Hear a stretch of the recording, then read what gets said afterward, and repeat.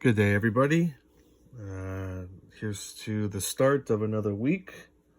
Another week in quarantine, isolation, slash e-learning, whatever you want to call it. I still hope everybody is doing well and is keeping home and safe. Okay.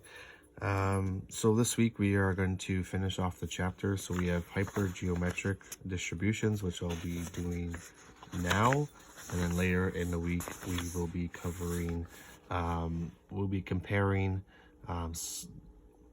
between the three different distributions we've learned, which is uniform, binomial, and hypergeometric. Okay, so last week we did binomial distribution. Okay, so binomial distribution was based on we were looking at success or failures, but those success or failures were based on independent trials. Okay, so independent trials, so one trial does not affect the next one. And with independent trials, examples of that would have replacement. So taking a card out of a deck and then replacing it. So just got my trusty cards here. Okay, so if we were doing replacement, we would cut the deck, take a card out, say an 8 of hearts. So if I take it out, we would have 51, but we don't want to have binomial, we don't have hypergeometric distribution, so we replace it, we're back to 52, and that creates independent trials. Okay. All right, so let's start here. So hypergeometric would be the opposite. So we're looking at dependent trials. Okay, so where one trial does affect the next one. Okay, when we still have outcomes as success or failure. Okay, and we're also looking at, like I just said, so non-replacement. Dependent trials, or so one trial is dependent upon the next one, or the one trial affects the next one. In a lot of cases, it would be non-replacement. Okay, so non-replacement. Random variable is the number of successes in a given trial. Remember, success is what we are looking at, or the variable that we are looking at, whereas failure is what we're not looking at. So we're looking at the probability of success occurring, or what we want to occur, versus everything else. Okay, so this, maybe draw this out a little bit better. So just gonna draw this out here so it looks better. So it's A, C, X minus A.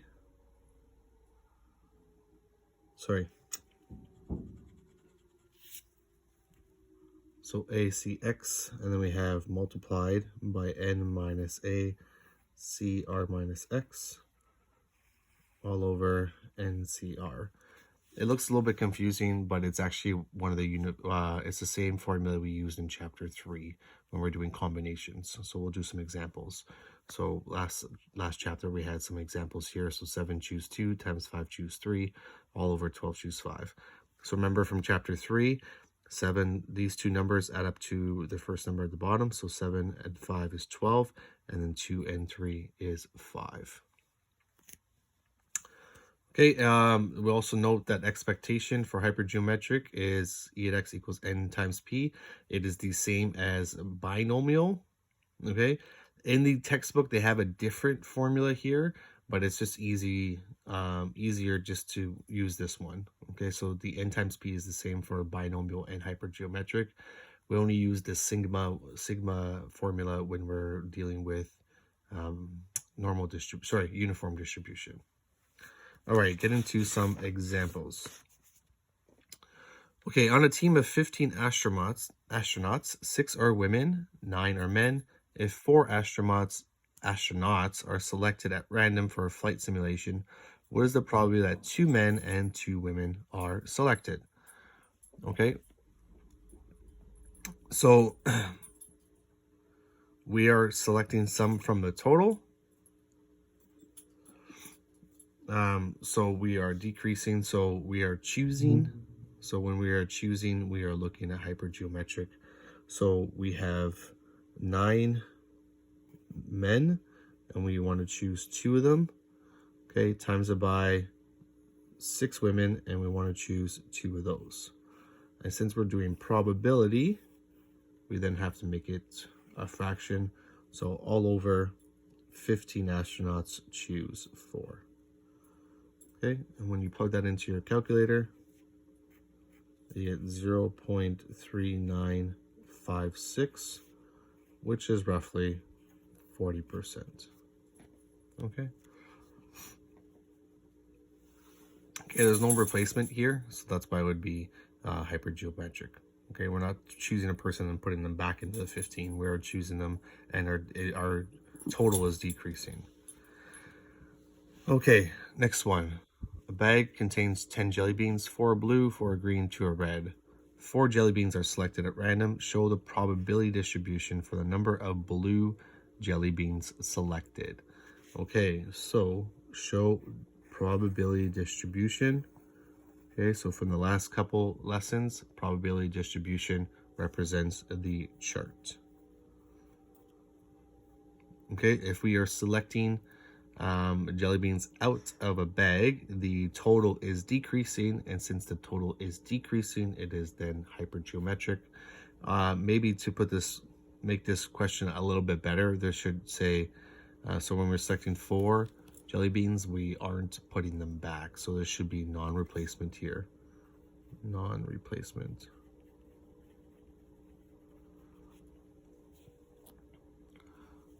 Okay, so if we have 4 blue, 4 green, and 2 red, we want to know if we choose 4 jelly beans out of the bag, how many of them will be blue.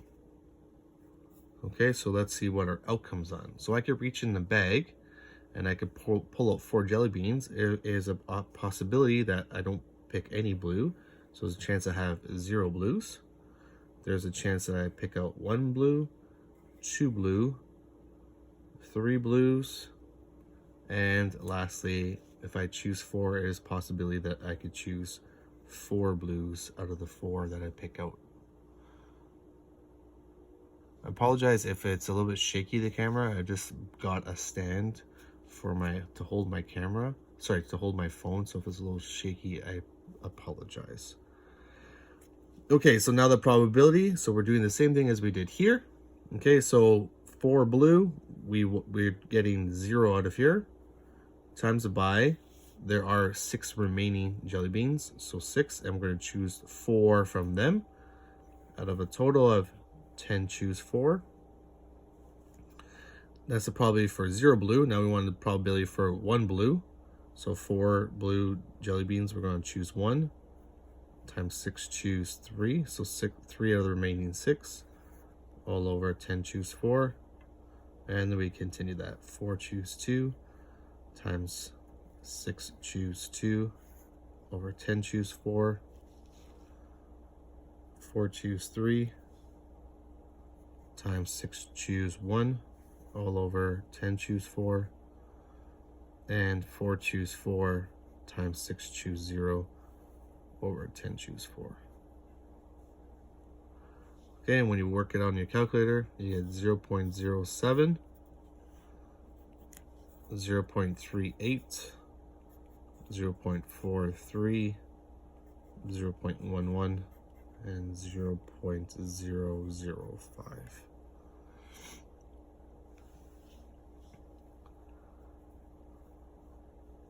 Okay, next question. Calculate the expectation. Calculate expectation and its meaning. Okay, so the expectation says, what should you expect? So if I choose 4 jelly beans out of the bag, how many should I expect to be blue?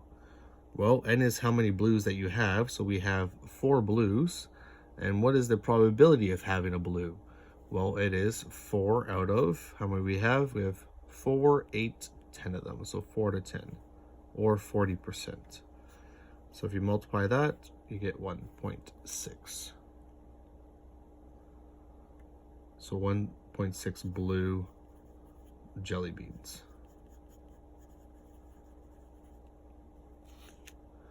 Okay, I understand that it is not possible to get 1.6 blue jelly beans out of a bag when you choose 4. This number represents the average. So that's what the meaning is. So out of 4 jelly beans, 1.6 is expected to be blue on average.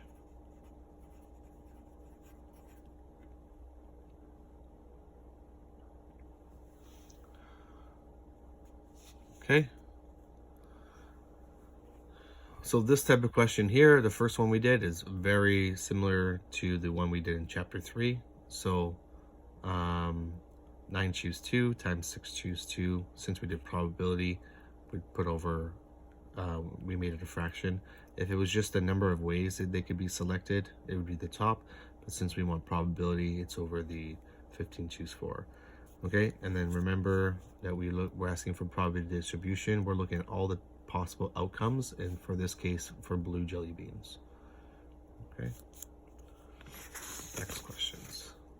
Okay, 2 more.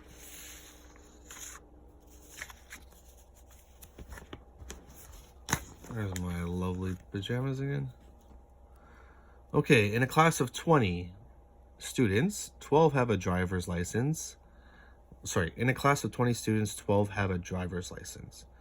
If 6 students are selected at random, A, what is the probability that at least 2 have their driver's license?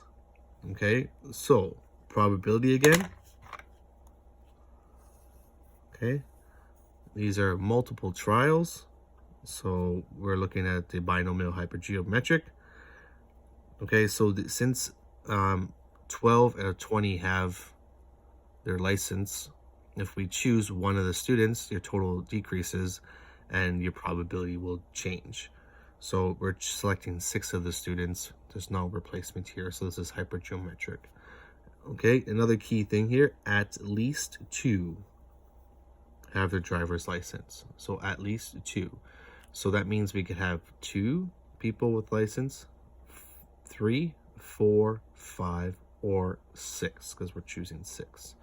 So we could do the probability of 2, 3, 4, 5, and 6, or we could do the shortcut that we've learned before, where we do the total and subtract 0 and 1. Okay, so if you do the probability of at least 2, that'd be 2, 3, 4, 5, or 6. That would take 5 steps.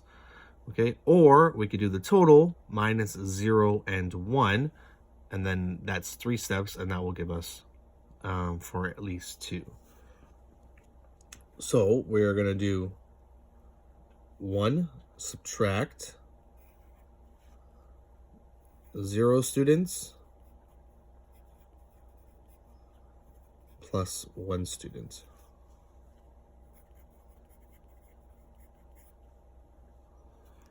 Okay, so the 1 represents 100%. You could put 100 here if you want, as long as you put these in percentages after.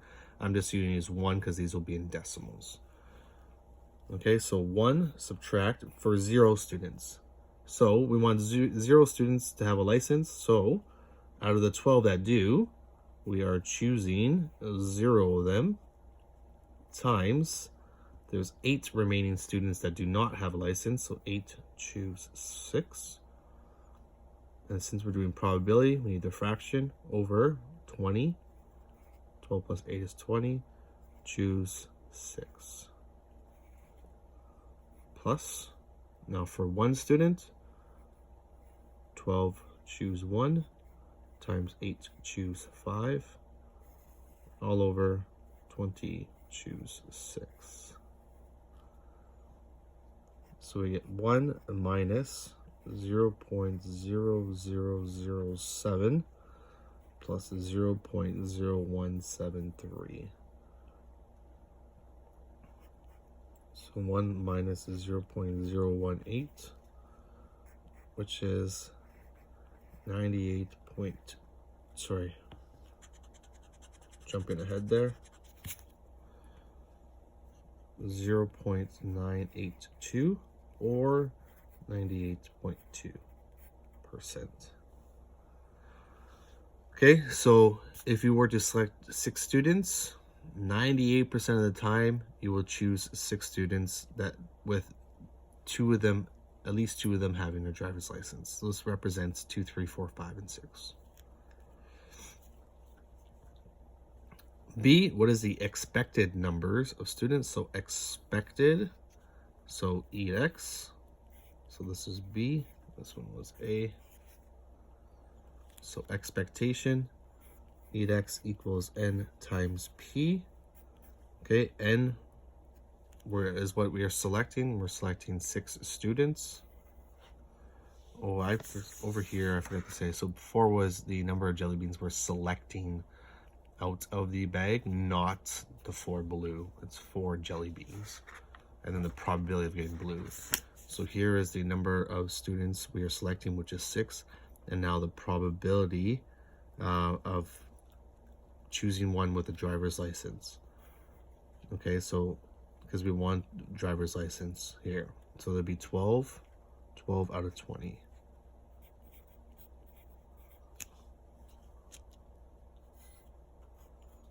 So you get 3.6 out of 6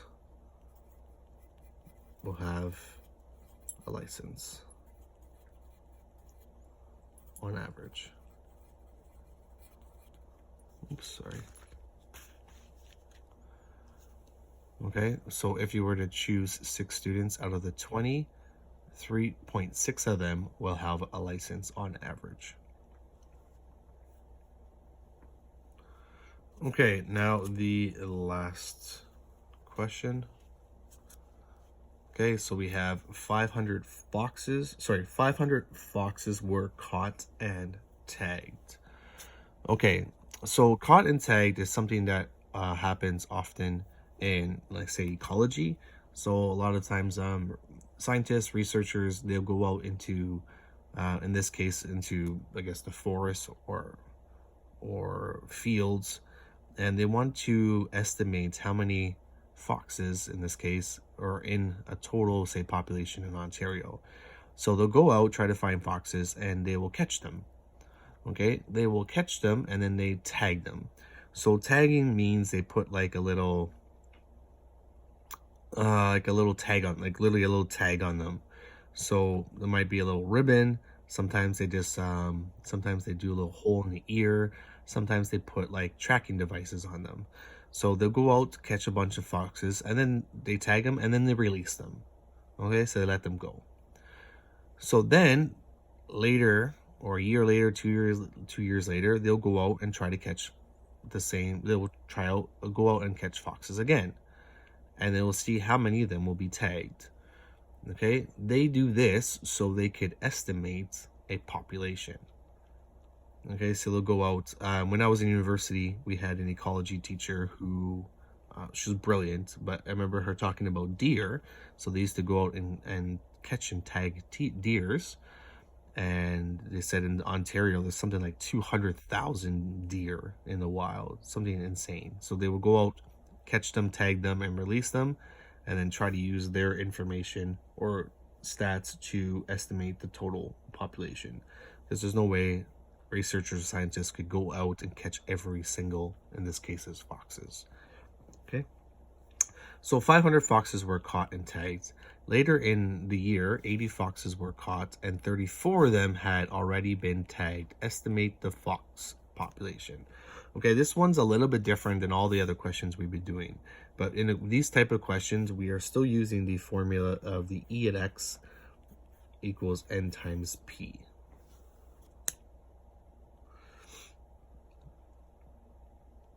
Okay, so E of X used to be like, what should we expect?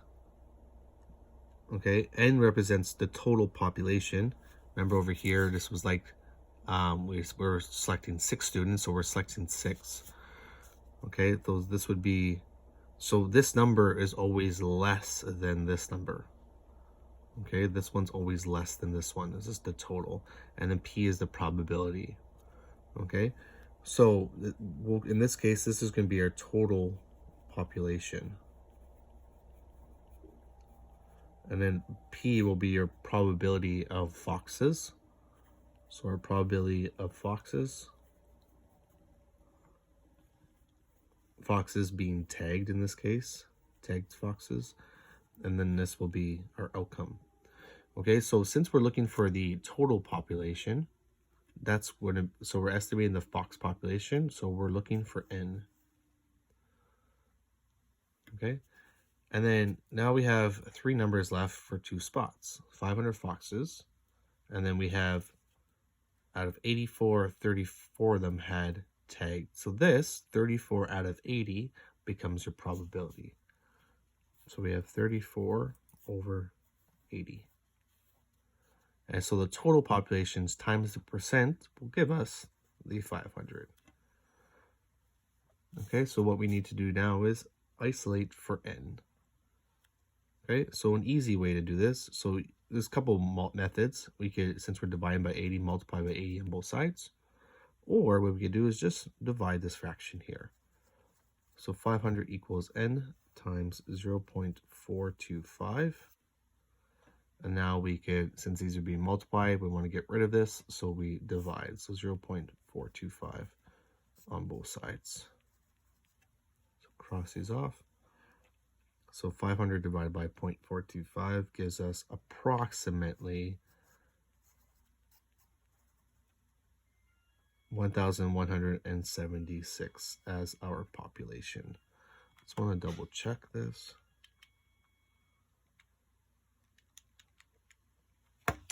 So in my calculator, I get 1,176.547. Okay, so since 0.4, I just rounded to 1176. Don't put a decimal. Don't say you have a half of a deer or a fox, sorry. So make sure you round them over. So then this little dot means approximately. Okay, so that will be 1,176 foxes. Okay, and that concludes the lesson today. Homework at the bottom here, page 178, 1 to 7, 9 to 11, and I have a note here, so please omit for B. Okay. Again, I hope everyone is well.